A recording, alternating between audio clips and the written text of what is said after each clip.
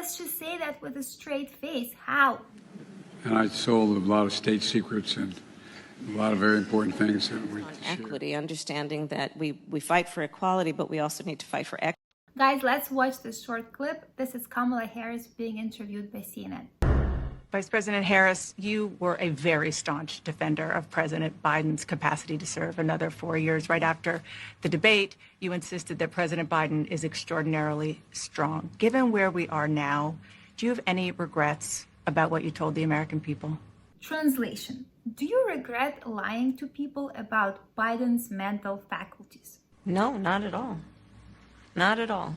I have served with President Biden for almost 4 years now, and I'll tell you, it's one of the greatest honors of my career, truly.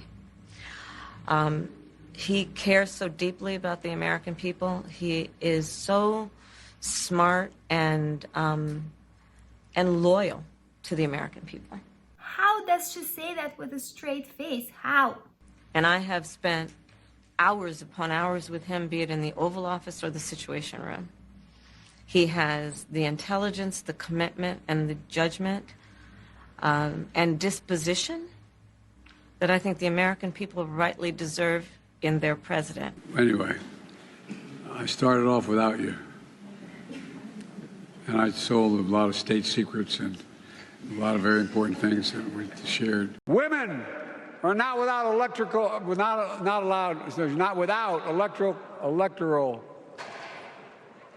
or political power. So the answer is a no, right? Basically, she has no regrets about lying in the past, and she's continuing to lie about Biden in the present by insisting that he's still fine. But if he's still fine, why is she nominated? She contradicts herself in the most ridiculous way. Here's a twist. She's also lying about not having regrets about lying. Like, the way she looked during that interview, she was really uncomfortable, didn't want to be there, and it seemed like she regrets a lot of things about her life. And then the journalist doing the interview pretends like this is an acceptable answer, taking part in this lie, knowing that everyone knows that she is lying on so many levels.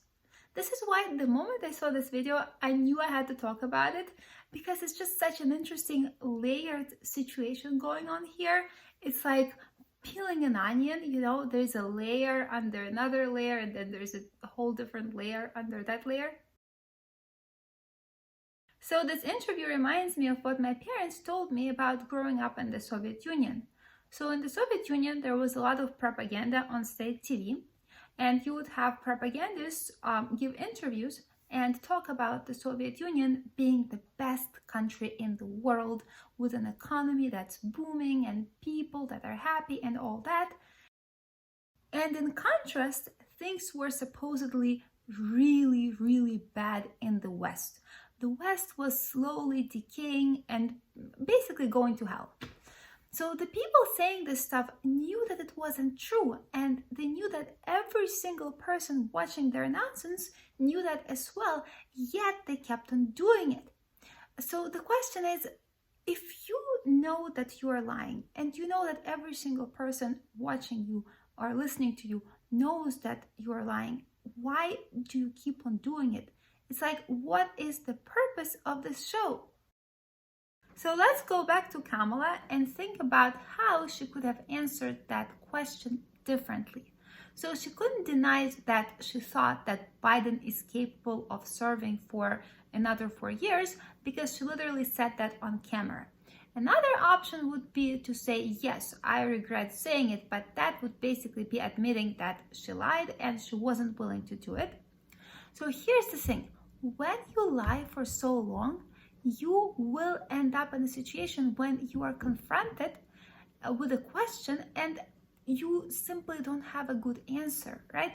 There is no decent option here. So what you end up doing, you end up covering up your previous lies with another lie. And it creates this vicious cycle. And at this point, she buried herself so deep with like non-stop constant lying that she can't break that vicious cycle. So something similar happened in the Soviet Union. The fact that CNN is willing to go along with it is a disgrace, I think they shouldn't call themselves journalists. Honestly, I think it's just very simple.